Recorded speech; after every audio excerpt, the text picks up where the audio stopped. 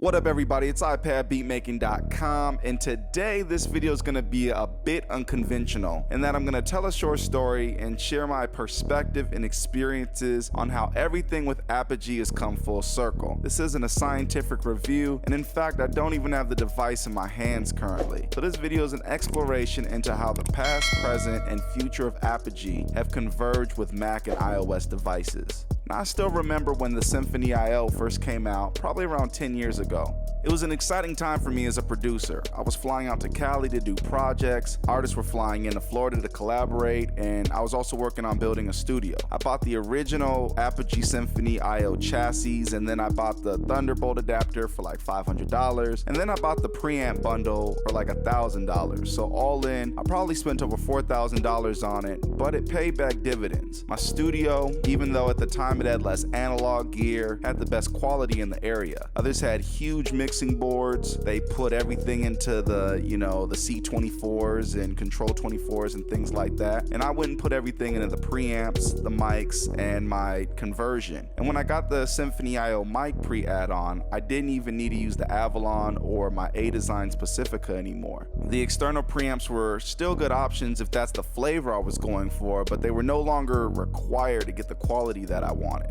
I was running mics like the Manley Gold, I was running Neumann's, also was running some Corby mics, which is a really good mic designer out of Tennessee, I want to say. So really good quality mics were being ran with the Apogee stuff, and the fidelity you got was just incredible. I mean, at the time, it was really unheard of for an interface to have such good mic preamps. That's usually something you always had to do externally.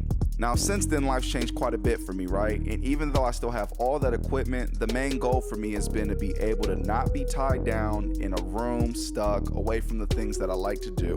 Now, relying on a specific place for the quality and inspiration I was looking for used to be the norm, but that was one of the things that led me to start iPad beatmaking and create tools that helped us take high quality sounds everywhere. Now, that road hasn't always been easy though. I watched my Apogee Element 46 and my Symphony IO collect dust as I boycotted my Mac Pro in favor of being iOS only. It's been tough, and the fact that my Apogee Duet and Apogee One has basically been abandoned on the 2018 iPad Pro with USB-C due to Apple not making it a MiFi device hasn't made it any easier. So if you were keeping track, that's 4 very expensive L's I've had to take in my journey of being iOS only. Buying the Scarlett Generation 3 and a Motu M4, which are great products, especially at their price point, but a very far place from the Apogee Symphony IO quality that I've known and loved. Now, I thought all hope for getting this back was lost until now, when they released the Apogee Symphony Desktop. Now, why is this a big deal? Well, this essentially removes all the barriers to extremely high-end audio recordings and monitoring on iOS.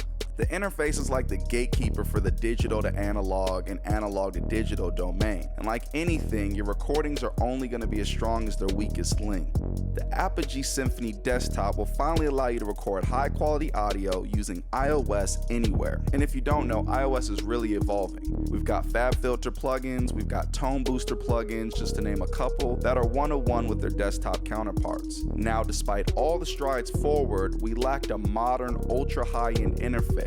And now that's no longer the case. So let's go over some of the features. First of all, it's got a touchscreen, which I think is going to be pretty useful if it has a high resolution and good responsiveness. Touchscreens usually never age well, so I'm a bit paranoid about it, but I trust Apogee to get it right, and they don't look like they've strayed far from their original designs like those on the Symphony IO Mark II, and that's been out for years, so it should be a good thing. There's other features also. I'm just going over the main core ones that stand out to me. 2 independently assignable headphone outputs, one in the front and one in the back, both 1/4 inch and 1/8 of an inch.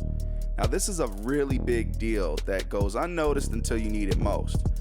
For instance, your artists might like the volume high while they track, and you might like the volume low as the engineer, and a headphone splitter just isn't going to cut it in those scenarios. Another thing I want to say about the headphone jacks on the Symphony stuff is that it's like having a really high-end DAC built in. The D to A that you'll get on this device is going to be good enough to mix and trust, which is huge. It'll almost sound like you've got a new pair of headphones probably. It's also got DSP hardware built in for desktop desktop users. Now this gives you something similar to UAD in that you can host plugins directly on the interface's processor so that it doesn't tax your computer system. Now, I'd love to see this come to iOS, but it'll probably be a while before it does, if it ever does at all. So if you're buying it thinking you're going to be able to have onboard processing for iOS, it's not the case as it stands right now. It's a desktop only feature. It's still an incredible feature, so if you're kind of bouncing back and forth between desktop and iOS, then it's definitely worth it for that reason. You're going to not have to tax your computer as hard, which in turn makes your computer be a workhorse for a longer period of time. And you know, you really can't go wrong with that. I've used some of the plugins with my Element 46 and the stuff sounds incredible. It really works. I was thinking I was going to use them initially to just track, but I ultimately ended up doing mixes with the plugins and things like that. So it also has USB-C. It uses USB 2.0, so it'll be backwards compatible with almost any computer still working today. Again, a lot of people are going to say, well, why didn't they, jump up to USB 3? Well, you get less backwards compatibility with USB 3. And on top of that, it's only really getting 2 lanes of audio for the most part coming in. So obviously, if you need a solution that's for 4, 6, 8 and beyond, this isn't even the device for you. You want to go with something like a USB 3 or a Thunderbolt level device, which they have on offer. They have the Thunderbolt in the Symphony Mark II, but for this, taking it on the go, on the road, you're only going to be able to do 2 tracks really anyway, so it'll be perfect for that. Now, they've got a mic preamp emulation, which what comes to mind when I hear that term is something like the UAD Unison, right? So I'm guessing it's something similar to that. I don't know for sure, but they're calling it Apogee Alloy. And if you know what an alloy is, it's a blend of more than one metal. And in this case, it's a blend of analog circuit stage and onboard DSP modeling. So the emulations that they include are the British solid state and 50s American tube is what they're calling it. I've been told that the British solid state is the Neve 1066 and the American tube is the Ampex 601. So pretty exciting stuff. I'm looking forward to being able to check out those pre's on there because it's a beautiful thing that you're not just getting a bland mic pre. It might be, you might get a clean mic pre, but if it doesn't have that energy and sound to it, then sometimes it doesn't inspire the best performances. So being able to have this at your disposal with these different options, it's going to be a beautiful thing. The thing that comes to mind other than the Unison is also the Slate microphone, where you can emulate different microphones or different preamps or whatever. Being able to emulate a different preamp at the stage of recording live is great. And on top of that, we've got apps on iOS where you can emulate different microphones and things like that. So you really can get so much flavor out of a situation like this. And again, the pre's on Apogee's high-end stuff tend to be well beyond good enough. So I look at it like you might want to use your external pre's in your studio, but when you're traveling, these will more than do the trick. Personally, I'm of the belief that I won't even need externals at all unless I want that certain flavor.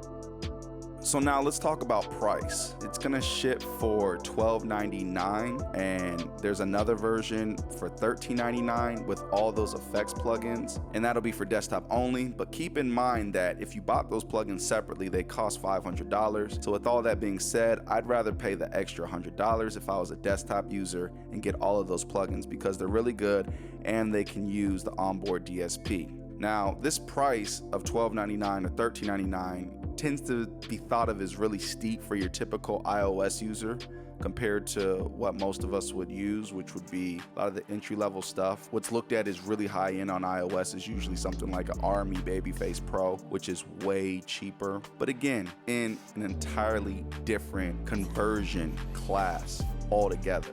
And you also got to remember, from the perspective I started at the beginning of this video, this is the cheapest Symphony ever. This kind of stuff used to cost $3,000, $4,000, $5,000 depending on your configuration, and could go up from there depending on how far you wanted to take it. But I understand this isn't for everyone, but if you've got some great mics, great monitoring equipment, and most importantly, great performances that you want to capture, you really can't go wrong. If you're a desktop user thinking about dipping your toe in iOS here and there, then this is the perfect device to bridge the gap. So, overall, I'm really excited to see that Apogee is still pushing their Symphony line and creating this next generation of products that us iOS users finally can be able to use. I can't wait to check this thing out and hear how it sounds. So what are your thoughts? Let me know down in the comment section and be sure to like, comment, and subscribe. It's ipadbeatmaking.com. Peace.